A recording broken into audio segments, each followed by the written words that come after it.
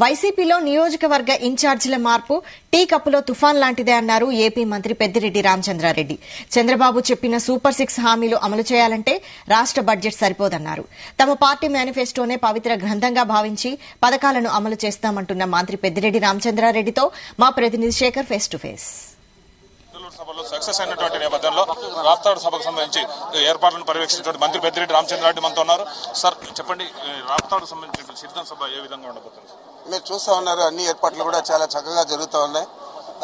తప్పకుండా ఇది ఒక ఎన్నికల శంఖారావంగా మేము భావిస్తా ఉన్నాం.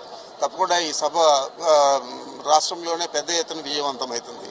రాష్ట్ర వ్యాప్తంగా మీకున్నటువంటి నేతలతో కూడా కాంగ్రెస్ పార్టీ నుంచి వలస వచ్చినటువంటి నేతలు ప్రస్తుతం కాంగ్రెస్ పార్టీకి సంబంధించి ఏపీపీసీసీ చీఫ్ గా షర్మిలాను తీసుకొచ్చినటువంటి నేపథ్యంలో ఈ ప్రభావం ఏ విధంగా ఉండబోతుంది? ప్రస్తుతం నియోజకవర్గాల బదలాయింపు కావచ్చు, అభ్యర్థుల మార్పు కావచ్చు, మీ ఒక రకంగా చెప్పాలంటే వైఎస్ఆర్సీపీలో పెను సంచలనంగా కూడా మారినటువంటి పరిస్థితి రాష్ట్ర వ్యాప్తంగా. దీన్ని ఏ విధంగా చూడాలి? సంచలనం ఏం లేదు, ఇది టీ కప్పులో తుఫాన్ మాదిరి, అదేమి జరగదు.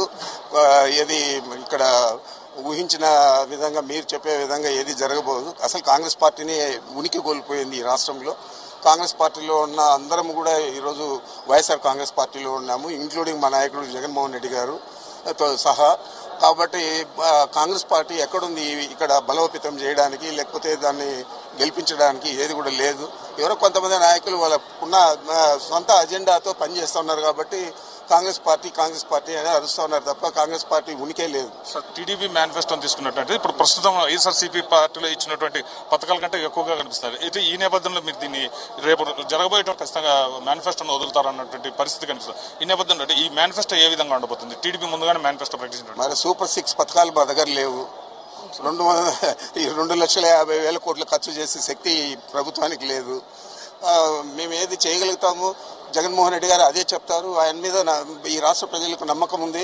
జగన్మోహన్ రెడ్డి గారు చెప్తే చేస్తాడు అని చెప్పి ఆ విధంగానే రాబోయే ఎన్నికల్లో కూడా జగన్మోహన్ రెడ్డి గారి మాటకు విలువిచ్చి ఈ రాష్ట్ర ప్రజలందరూ కూడా వైఎస్ఆర్ కాంగ్రెస్ పార్టీని గెలిపిస్తారనే నమ్మకం మాకుంది. ఇక్కడ కాంగ్రెస్ పార్టీ అనేది జీవం లేనటువంటి పార్టీ. కాంగ్రెస్ పార్టీని ఏదో తన ఉనికి కోసం కొంతమంది నాయకులు వాడుకుంటున్నారు. అలాగే సూపర్ 6 తరహా మేనిఫెస్టోను అమలు చేసే పరిస్థితి కనుక రాష్ట్రంలో లేదు, రాష్ట్ర బడ్జెట్ కూడా ఆ స్థాయిలో లేదు.